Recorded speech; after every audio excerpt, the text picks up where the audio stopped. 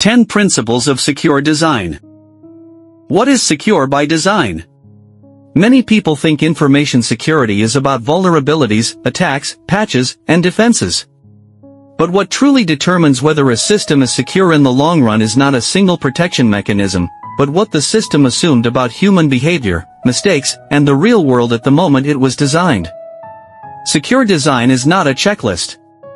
It is not a box-ticking exercise. It is a design philosophy about how we view systems, risk, and people.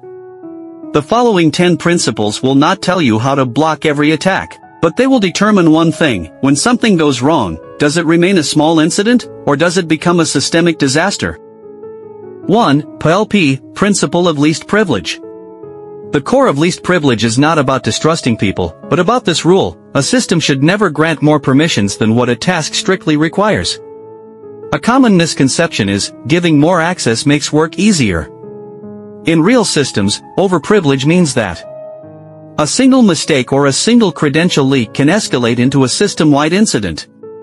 Simple example: customer support staff can view customer data to resolve tickets, but cannot export full datasets, access back-end configurations, or modify system parameters. Even if the account is compromised, the attacker's impact is strictly limited.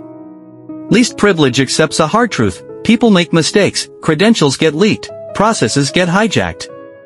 The system's responsibility is to confine those failures to the smallest possible blast radius. 2. Defense in depth. Defense in depth starts from one assumption: every single defensive layer will eventually fail. Security is not a single wall, but a layered structure: authentication, authorization, logging, monitoring, anomaly detection. Simple example: an attacker obtains a username and password, but still faces MFA, device verification, and behavioral analysis. The goal of defense in depth is not absolute prevention, but to slow attacks down, raise their cost, and make them detectable. 3. Fail-safe, secure failure. Fail-safe is not about how perfect a system is when everything works, but about what happens when it breaks. Many systems actually loosen restrictions in abnormal states. Simple example: when the authentication service is unavailable, does the system deny access by default, or temporarily allow everything? The fail-safe principle can be summarized in one sentence: when failure happens, choose the most conservative and secure state. 4. KISS, keep it simple. KISS does not mean few features. It means complexity must remain understandable by humans. A security system that only one person understands is itself a risk. Simple example: a firewall with 10 rules that everyone understands is safer than 200 rules that no one dares to touch. Most complex systems are not hacked, they are destroyed by misconfiguration. 5. Separation of duties. The purpose of separation of duties is not distrust, but preventing a single mistake from becoming a catastrophe. No role should ever have end-to-end power, from initiation to execution. Simple example: developers cannot deploy directly to production, approval and execution must belong to different people. This is a systematic control against insider risk. 6. Open design.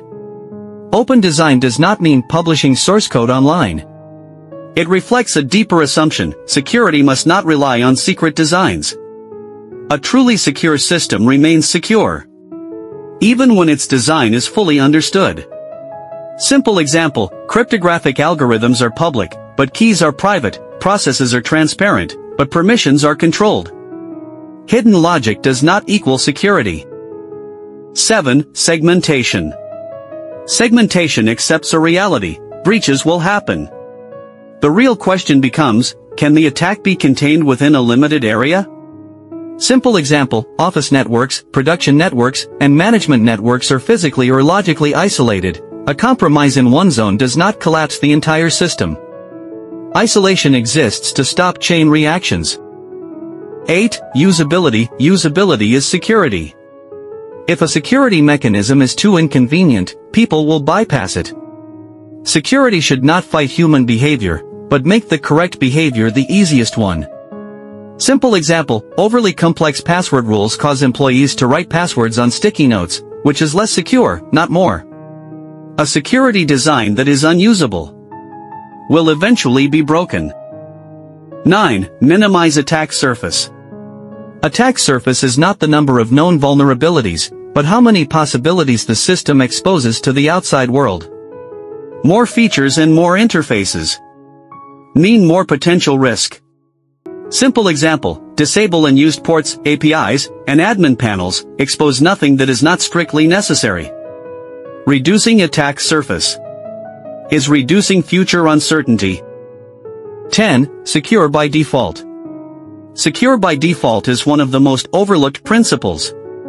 It asks a simple question: if the user does nothing, is the system already secure? Simple example, new accounts start with minimal privileges, new services are not publicly accessible by default. Because in reality, most people never change default settings. Conclusion, this is not a rulebook, it is a worldview.